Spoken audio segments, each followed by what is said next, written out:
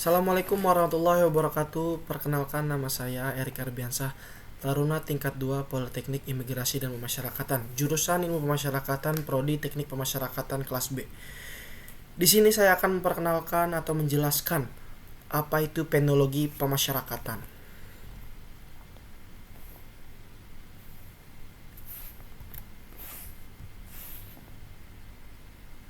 Di sini kita akan bahas dari 3 poin terlebih dahulu. Pengertian, ruang lingkup, dan tujuan.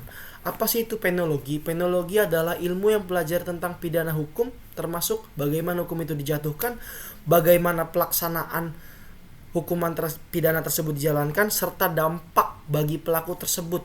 Apakah pantas dipenjara atau ada hukuman-hukuman yang lain yang bisa dijalankan untuk pelaku tersebut. Penologi sangat berkaitan dengan sistem pemasyarakatan karena fokusnya bukan hanya menghukum tapi juga membina narapidana. Ruang lingkup penologi meliputi jenis-jenis pidana, sistem peradilan pidana misalnya di lapas, atau tujuan pemidanaan.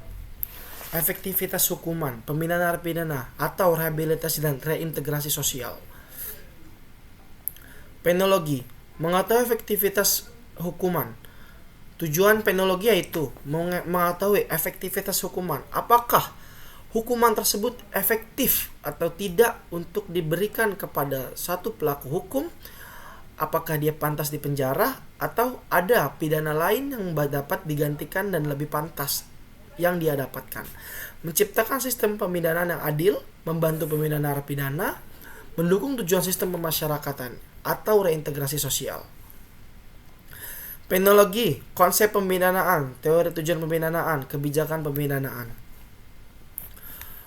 Teori pemidanaan itu ada 3, teori absolut, relatif, dan teori gabungan. Teori absolut yaitu teori yang diberikan sebagai atas balasan yang diperbuat, fokusnya hanya keadilan. Contoh tokoh Immanuel Kant. Yaitu di sini adalah ketika orang melakukan kejahatan harus diadili seadil-adilnya. Teori relatif, hukum untuk mencegah kejahatan, pencegahan umum agar masyarakat takut melakukan kejahatan, pencegahan khusus agar pelaku tidak mengulangi. Teori gabungan, ini yang digunakan di Indonesia. Di sini kita menggunakan teori yang adil seadil-adilnya. Apakah dia dapat dipenjara atau direhabilitasi atau direintegrasi sosial. Ini banyak digunakan di sistem pemidanaan modern. Kebijakan pemidanaan, penentuan jenis pidana, berat atau ringannya hukumannya nanti baru alternatif pemidanaan, restoratif justice atau yang lain-lainnya. Lembaga yang terlibat dalam sistem pemidanaan yaitu lembaga yang itu adalah kepolisian, kejaksaan, pengadilan, lembaga pemasyarakatan yaitu lapas. Semua ini termasuk dalam sistem peradilan pidana terpadu.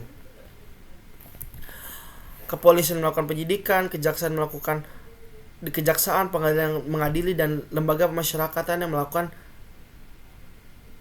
reintegrasi sosial atau pembinaan kepada narapidana tersebut. Regulasi yang dipakai yaitu Kitab Undang-Undang Hukum Pidana, Undang-Undang Pemasyarakatan, serta peraturan pemerintah yang terkait yang ada di daerah tersebut. Budaya hukum mempengaruhi cara pandang masyarakat memandang hukum, kepatuhan terhadap hukum, keberhasilan pembinaan narapidana.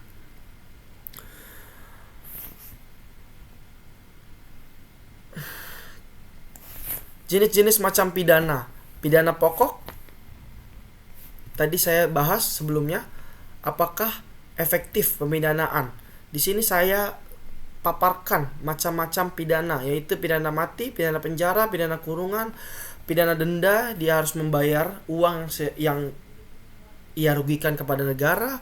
Pidana mati jelas ya dihukum mati, pidana penjara dia kehilangan kemerdekaannya yang ada di lapas, kerja sosial untuk kerja di masyarakat, pidana bersyarat itu tidak dijalani setelah dia memenuhi syarat, pidana tutupan penjara khusus yang biasanya pada kasus-kasus tertentu.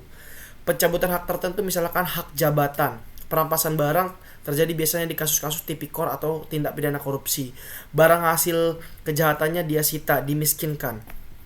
Kerja paksa biasanya kerja tanpa upah. Terus pembuangan, ini biasanya dilakukan di zaman dahulu, diasingkan di daerah tertentu. Kesimpulan penologi. Penologi ilmu hukum, penologi ilmu tentang hukuman dan pelaksanaannya. Fokusnya sekarang rehabilitasi dan bukan sekedar menghukum. Ada banyak jenis pidana dari yang ringan sampai berat. Penologi ini diciptakan untuk apakah seseorang pantas dipenjara atau tidak, atau hanya bisa direhabilitasi. Kenapa? Karena yang sudah kita ketahui, penjara di Indonesia sangatlah overcrowded, sangatlah banyak penghuninya.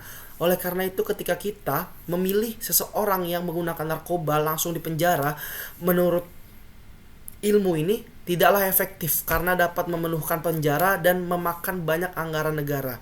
Padahal anggaran negara itu dapat dialokasikan ke hal-hal lain seperti pendidikan agar nantinya generasi muda Indonesia dapat lebih maju dan lebih memajukan Indonesia. Nantinya ketika generasi emas Indonesia bisa dapat memajukan, Indonesia dapat maju bertumbuh kembang dengan pesat. Seperti itu.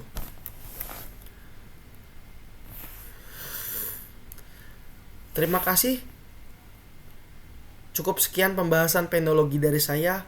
Kurang lebihnya mohon maaf. Assalamualaikum warahmatullahi wabarakatuh.